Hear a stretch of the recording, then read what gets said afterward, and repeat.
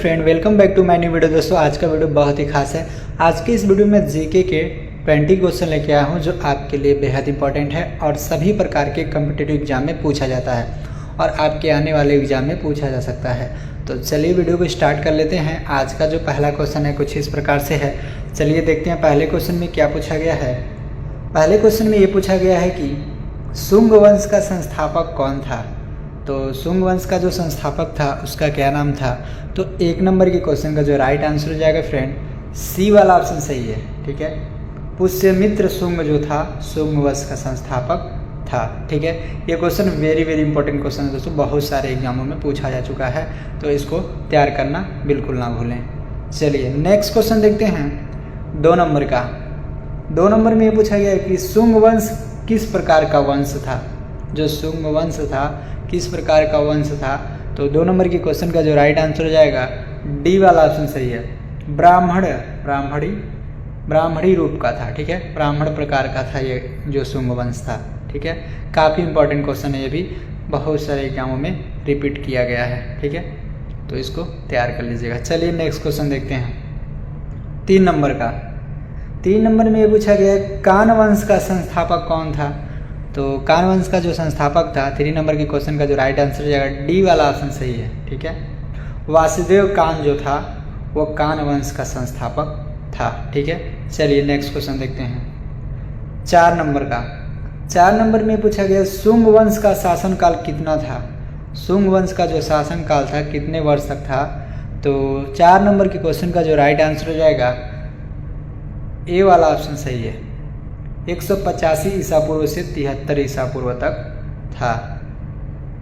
तो इस प्रकार से आपका 4 क्वेश्चन समाप्त हुआ। अगला क्वेश्चन देखते हैं 5 नंबर का। 5 नंबर में पूछा गया कर्ण वंश का शासनकाल कितना था। तो जो कर्ण वंश का शासनकाल था 5 नंबर के क्वेश्चन का जो राइट आंसर हो जाएगा फ्रेंड डी वाला ऑप्शन सही है।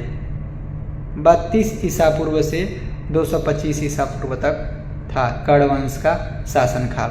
चलिए नेक्स्ट क्वेश्चन देखते हैं। नेक्स्ट क्वेश्चन है 6 नंबर का। शुंग वंश की राजधानी क्या थी। जो शुंग वंश थी उसकी राजधानी क्या थी। तो 6 नंबर के क्वेश्चन का जो राइट आंसर हो जाएगा ए वाला ऑप्शन सही है, पाटलिपुत्र। ठीक है, पाटलिपुत्र जो है शुंग वंश की राजधानी थी। तो इस प्रकार से आपका जो 6 नंबर का एक क्वेश्चन है वेरी इंपॉर्टेंट क्वेश्चन है, इसको तैयार करना बिल्कुल ना भूलें। चलिए नेक्स्ट क्वेश्चन देखते हैं 7 नंबर का। कर्ण वंश की राजधानी क्या थी। तो कर्ण वंश की जो राजधानी थी 7 नंबर के क्वेश्चन का जो राइट आंसर हो जाएगा ए वाला ऑप्शन सही है। पाटलिपुत्र भी कर्ण वंश की राजधानी थी। पाटलिपुत्र भी कर्ण वंश की राजधानी थी। कर्ण वंश और शुंग वंश की दोनों की राजधानी सेम थी, पाटलिपुत्र ही थी। तो ये भी क्वेश्चन वेरी इंपॉर्टेंट है, इसको तैयार कर लीजिएगा, आने वाले एग्जाम में आपके पूछे जा सकते हैं। चलिए नेक्स्ट क्वेश्चन देखते हैं 8 नंबर का। 8 नंबर में पूछा गया शुंग वंश के प्रमुख शासक कौन थे। जो शुंग वंश के प्रमुख शासक थे उनका क्या नाम था। तो 8 नंबर के क्वेश्चन का जो राइट आंसर हो जाएगा डी वाला ऑप्शन सही है। पुष्यमित्र शुंग भी थे, अग्निमित्र भी थे, देवभूत भी थे, यानी उपरोक्त में से सभी ऑल ऑफ द एबोव। ठीक है, शुंग वंश के प्रमुख शासक तीनों थे। चलिए नेक्स्ट क्वेश्चन देखते हैं 9 नंबर का। कर्ण वंश के प्रमुख शासक कौन थे। जो कर्ण वंश के प्रमुख शासक थे उनका क्या नाम था। तो 9 नंबर के क्वेश्चन का जो राइट आंसर हो जाएगा इसका भी डी वाला ऑप्शन सही है। वासुदेव कान, शिवदास, प्रदोत, ये तीनों जो हैं कर्ण वंश के प्रमुख शासक माने जाते थे। ठीक है, चलिए नेक्स्ट क्वेश्चन देखते हैं 10 नंबर का। 10 नंबर में ये पूछा गया है शुंग वंश के बाद किस वंश का उदय हुआ। जब शुंग वंश की समाप्ति हुई तो किस वंश का उदय हुआ, आगमन हुआ। तो 10 नंबर के क्वेश्चन का जो राइट आंसर हो जाएगा बी वाला ऑप्शन सही है, कर्ण वंश का आगमन हुआ। ठीक है, ये भी क्वेश्चन वेरी इंपॉर्टेंट है, बहुत सारे एग्जामों में पूछा जा चुका है, तो इसको तैयार कर लीजिएगा, आने वाले एग्जाम में आपके पूछा जा सकता है। चलिए नेक्स्ट क्वेश्चन देखते हैं 11 नंबर। 11 नंबर में पूछा गया है कि कर्ण वंश का पतन किसके कारण हुआ। तो 11 नंबर के क्वेश्चन का जो राइट आंसर हो जाएगा बी वाला ऑप्शन सही है। पुष्यमित्र शुंग के कारण कर्ण वंश का विनाश हुआ, पतन हुआ। चलिए नेक्स्ट क्वेश्चन देखते हैं 12 नंबर का। सतवाहन वंश को किस नाम से भी जाना जाता है या जाना जाता था। सतवाहन वंश को एक दूसरे नाम से जाना जाता था, वह क्या नाम है वही पूछा गया है क्वेश्चन में। तो 12 नंबर के क्वेश्चन का जो राइट आंसर हो जाएगा ए वाला ऑप्शन सही है, सिमुक के नाम से जाना जाता था सतवाहन वंश को। तो ये भी क्वेश्चन काफ़ी वेरी इंपॉर्टेंट है, आने वाले एग्जाम में आपके पूछा जा सकता है। चलिए नेक्स्ट क्वेश्चन देखते हैं 13 नंबर का। सतवाहन वंश को किस नाम से भी जाना जाता था? तो सिमुक, 13 नंबर के क्वेश्चन का जो राइट आंसर होगा सिमुक के नाम से, दोबारा रिपीट कर दिया गया क्वेश्चन, सिमुक के नाम से जाना जाता है। चलिए नेक्स्ट क्वेश्चन देखते हैं 14 नंबर का। निम्नलिखित में से किस कुषाण राज ने बौद्ध धर्म को अपनाया था?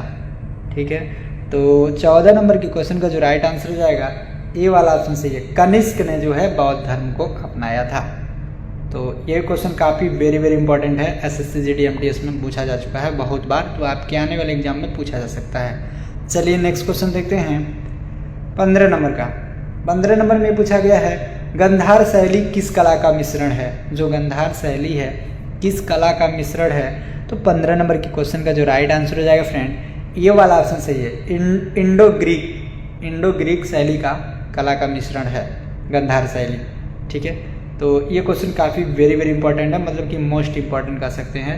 ये बहुत सारे एग्जामों में पूछा जा चुका है, बिल्कुल ट्रेंडिंग क्वेश्चन है, तो आप इसको तैयार कर लीजिएगा, आपके आने वाले एग्जाम में पूछा जा सकता है। ठीक है, चलिए नेक्स्ट क्वेश्चन देखते हैं 16 नंबर का। 16 नंबर में पूछा गया गंधार शैली की विशेषताएं क्या है?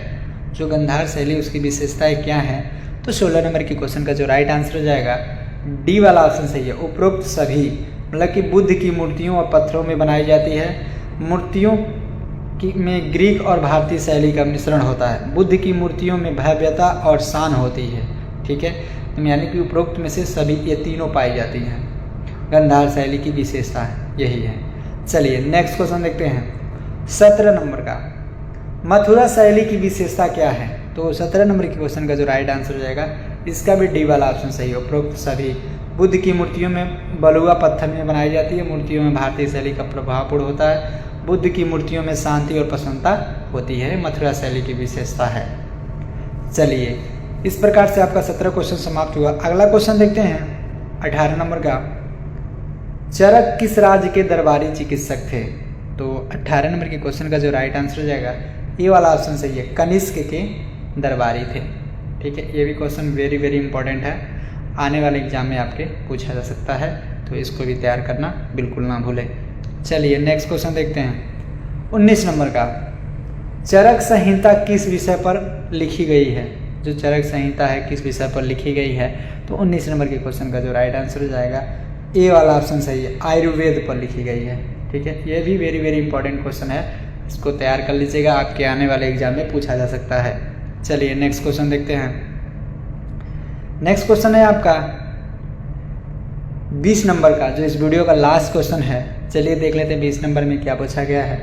कनिष्क की राजधानी क्या थी? जो कनिष्क थी उसकी राजधानी क्या थी? तो 20 नंबर के क्वेश्चन का जो राइट आंसर हो जाएगा ए वाला ऑप्शन सही है, पुरुषपुर।